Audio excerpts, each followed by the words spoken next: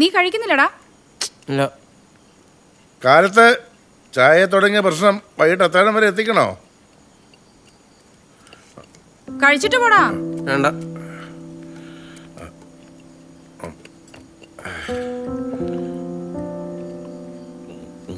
നിങ്ങൾ നിർത്തുവാണോ? മതി, ഗ്യാസ് കിട്ടിയെന്ന് തോന്നുന്നു.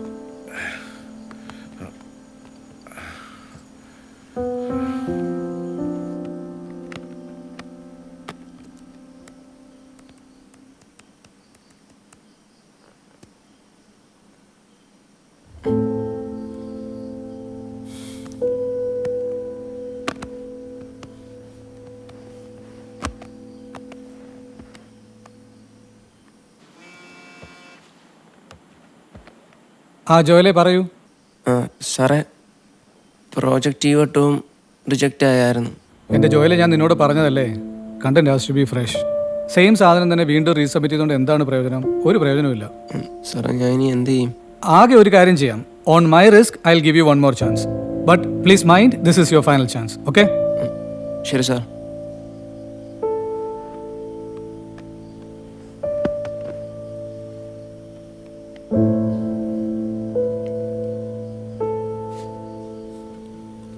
നിനക്ക് എന്നാത്തിന്റെ കട ചേർക്ക?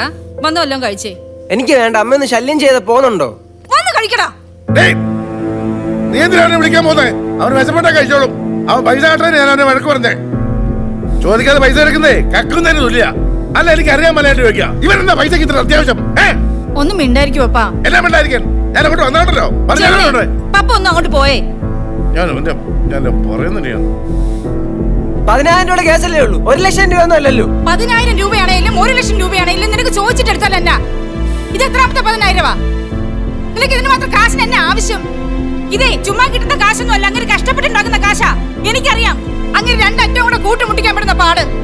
എനിക്ക് ജീവനാണ്, ഞാൻ മേടിച്ച കാശൊക്കെ തിരിച്ചു കൊടുക്കും. ഓ, നീ കുറെ കൊടുക്കും, കുറെ കേട്ടതാ.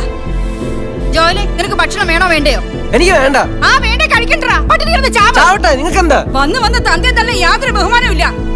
4 നേരം വിശക്കുമ്പോ താഴെ വന്ന് വായും പൊളിച്ചിരുന്നാ മതി, ഉരുട്ടി തരാം ഞാന്. അഹങ്കാരി.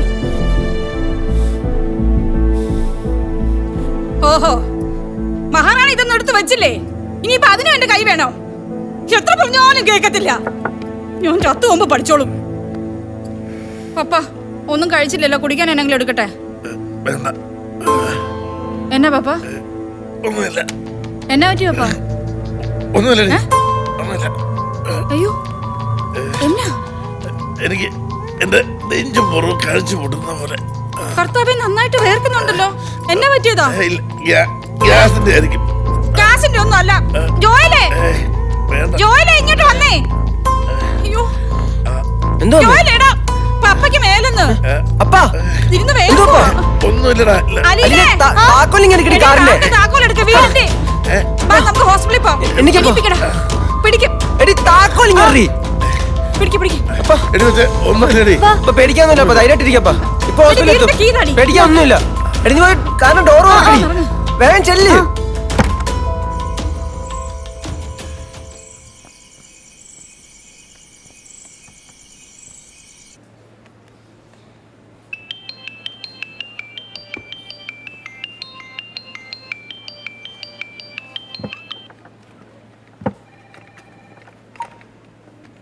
എൻ്റെ ജെനി, ഞാനിപ്പോൾ സംസാരിക്കാനുള്ളൊരു മൂഡിലല്ല.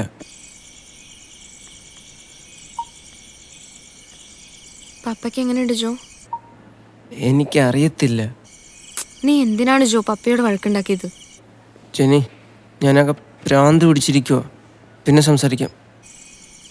ജോ, ഞാനാണ് നിന്റെ പ്രശ്നം.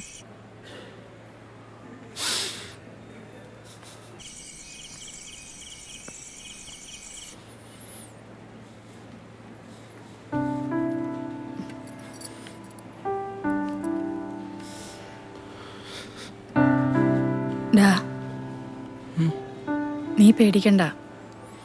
ഇപ്പൊ അപ്പയ്ക്ക് കുഴപ്പമൊന്നുമില്ല. ഡോക്ടർ പറഞ്ഞു നാളെ ഡിസ്ചാർജ് ചെയ്യാന്ന്. സോറി അമ്മ, ഞാൻ അങ്ങനൊന്നും പറയാൻ പാടില്ലായിരുന്നു. സാരമില്ലടാ, ഒരു വീടാകുമ്പോ അങ്ങനെയൊക്കെയാ. വഴക്കുണ്ടാക്കും, ഇണങ്ങും, പിണങ്ങും, പിന്നെ സ്നേഹിക്കും.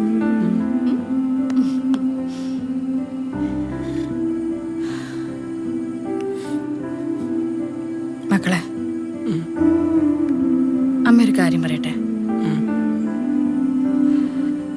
നീ അപ്പയായിട്ട് വഴക്കൊക്കെ ഉണ്ടാക്കിക്കോ, പക്ഷെ മിണ്ടാതിരിക്കരുത്. അപ്പയ്ക്ക് പേടിയടാ. പപ്പയ്ക്ക് ഈ ലോകത്ത് ഏറ്റവും പ്രിയപ്പെട്ട നീയാ.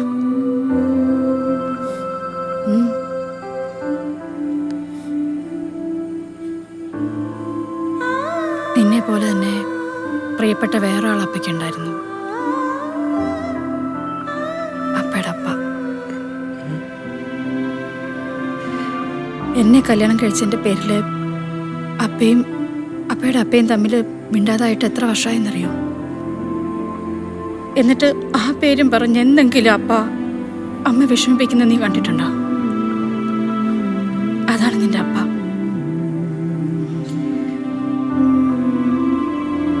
നീയാട്ട് തല്ലുണ്ടാക്കുമ്പോ അപ്പയ്ക്ക് പേടിയടാ, അതുപോലെ മിണ്ടാതാവുന്നു.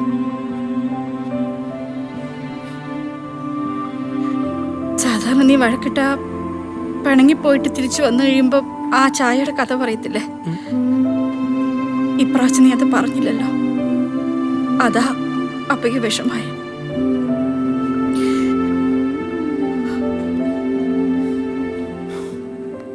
സോറി അമ്മ. ഹാ പോട്ടടാ, സാരമില്ലെന്നേ വിട്ടുകളാ.